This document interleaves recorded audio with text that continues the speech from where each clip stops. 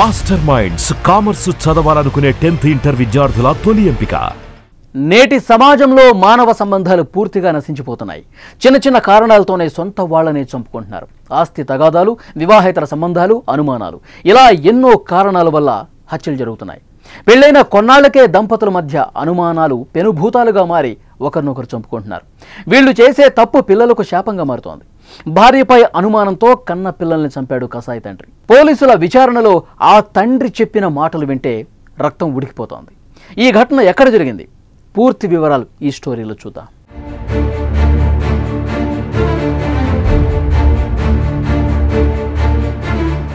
పెళ్లైన కొన్నాళ్లకే భార్యపై అనుమానం పెంచుకున్నాడు.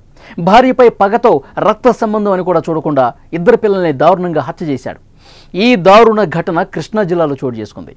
చిన్నారులు హత్య కేసులో నిందితుడైన తండ్రి రవిశంకర్ని అదుపులోకి తీసుకుని విచారిస్తున్న పోలీసులకు అతను ఎంత క్రూరంగా ఆలోచిస్తున్నాడో తెలిసి షాక్ అయ్యారు. పోలీసులు తెలిపిన వివరాల ప్రకారం 10 ఏళ్ల కిందట భీమవరంలో చంద్రికను ప్రేమించి వివాహం చేసుకున్న రవిశంకర్ పెళ్లైన కొన్నాళ్ళ వరకు ఇద్దరు అన్యోన్యంగా బానే ఉన్నారు. వీరికి 2 పిల్లలు. తన భార్యకు వేరే వ్యక్తితో అక్రమ సంబంధం ఉందని అనుమానం పెంచుకున్నాడు రవిశంకర్. 2022లో భార్య పిల్లల్ని మైలవరానికి తీసుకొచ్చి అక్కడే కాపురం పెట్టాడు.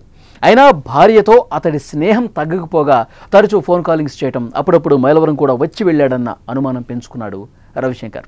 తన భార్య పిల్లల్ని చంపేయాలని నిర్ణయించుకున్నాడు. భార్యను మానసికంగా వేధించి శారీరకంగా హింసించి చంపేయాలి అనుకున్నాడు. అందుకోసం మొదట ఆమెకి ఇష్టమైన పిల్లల్ని చంపేయాలి, తర్వాత భార్యను చంపేయాలి అని పథకాన్ని రచించాడు. ఈ నెల 12వ తేదీన ఎన్టీఆర్ జిల్లా మైలవరంలో తాళం వేసిన గదిలో 2 చిన్నారుల మృతదేహాలు లభించాయి. ఈ ఘటనలో తాను కూడా ఆత్మహత్య చేసుకుంటున్నాను అంటూ తండ్రి రవిశంకర్ లేఖ రాసి కనిపించకుండా పోయాడు. కేసు నమోదు చేసుకున్న పోలీసులు విచారణ స్టార్ట్ చేశారు. తన ఆర్థిక ఇబ్బందులు, అలాగే తన భార్యపై అనుమానం, తన పిల్లలు తనకే పుట్టారా లేదా అనే ఈ యొక్క అనుమానాలు, భార్య తనను వదిలి భీమవరం మళ్ళీ వాళ్ళ ఎవరికి చెప్పకుండా బహ్రెయిన్ దేశం వెళ్ళిపోయిందనే ఒక అనుమానంతో పిల్లలు నాకే పుట్టారా లేక ఇంకా ఒకరిలో పుట్టారనే అనుమానంతో పిల్లల్ని అత్యంత కిరాతకంగా చంపడం జరిగింది. అదే చంపిన విధానం ఏంటని చెప్పేసి అడిగితే లక్ష్మీకరణ్య లీలా సాయి నృసింహాల తండ్రి మొదటగా పిల్లవాడిని చేతితో పట్టుకుని ఆల్రెడీ ఫ్యాన్కి తగిలించున్న చేవ, ముడివేసున్న చేవకి పిల్లవాడిని తలకాయని తగిలించి సడన్గా వదిలేయడం జరిగింది. పాపం పిల్లవాడు వెలువలాడితే అక్కడే చనిపోయాడు లక్ష్మీ నృసింహ. అక్కడి నుండి పక్క గదిలో మంచం మీద కూర్చున్న పాపని అక్కడే ఉన్న దిండుతో తలపై గట్టిగా నొక్కి కాళ్ళు చేతులు కొట్టుకుంటుంది పాప. ఇంకా గట్టిగా నొక్కి పెట్టి ఆమె చనిపోయేదాకా అలాగే ఉంచింది.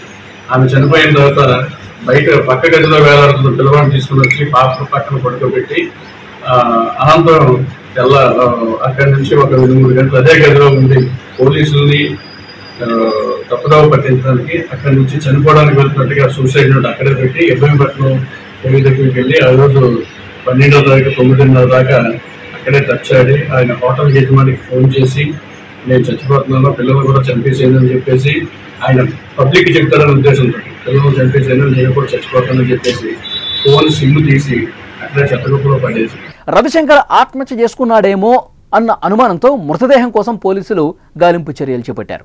పోలీసులు ఎంత వెతికినా రవిశంకర్ మృతదేహం ఎక్కడ కనపడలా. దీంతో అతను బతికే ఉన్నట్లు పోలీసులు అనుమానించారు.